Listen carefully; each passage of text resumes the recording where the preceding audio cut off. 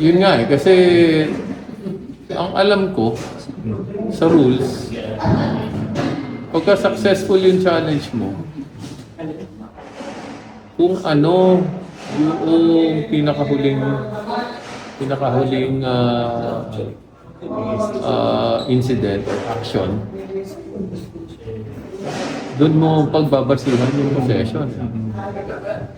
Eh, ang consequence nun, naging loose ball, nakuha namin yung bola, tapos pinajumble nila. Sa tingin ko maling-mali yung interpretation. It should have been our ball kasi kami ang maargabyano. Actually, it could have been a fast break eh. Yes. Pwede namin i-fast break yun eh kasi turnover eh. Tinanggal lang pa kami ng fast break. So, I don't know if they'll review that or ano yun. Pero tingin ko mali. Medyo naging